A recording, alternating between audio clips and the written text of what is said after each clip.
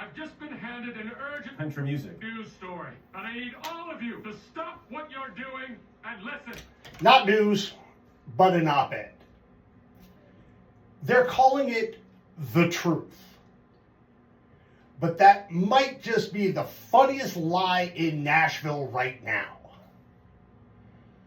Live Nation, the corporate behemoth that already owns the biggest arenas, half the tours, and more ticket fees than any of us can count, just announced a shiny new mid-sized venue in the Wedgwood, Houston neighborhood. It's dressed up like a love letter to country music's soul. Arched windows, Ryman-style steeple, and a name ripped straight from Harlan Howard's immortal line, 3 chords and the truth. You almost have to admire the gall.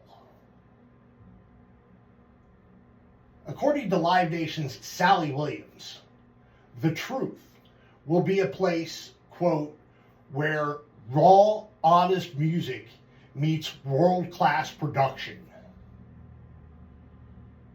Translation, where we keep printing money, but with slightly more exposed brick. The venue will hold between 1,800 and 4,400 fans, depending on seating arrangements. That's exactly the range where independent clubs usually thrive. And that's the point. This isn't about community or creative spirit. It's about control. Live Nation already runs most of the city's large halls and amphitheaters. Now, they're moving on to the mid-size rooms, tightening the noose around the few spaces left where artists and fans can still breathe without corporate permission. Now, should we worry about the Ryman? Not exactly. Nobody's trading a debut at the Mother Church for bragging rights at the Timu Ryman. At least not yet. But it's the principle. The Truth sits barely a mile and a half from the Ryman, yet feels a world away. The Ryman was built on faith and fiddle strings. The Truth was built on quarterly earnings reports. Sure, the architecture nods to Nashville's past, but the business model screams Silicon Valley.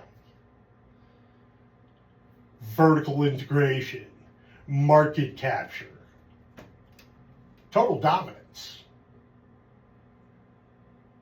Once you own the ticketing, the tours, and now the very stages that artists stand on, who needs to share? So while the press release calls this a, quote, celebration of Nashville's musical heritage, what's really being celebrated? Consolidation. The Truth might be the name on the marquee, but that's not what's being sold inside. For independent artists trying to climb the ranks, and for the fans who still believe Nashville belongs to the music, not the monopoly, the truth hurts.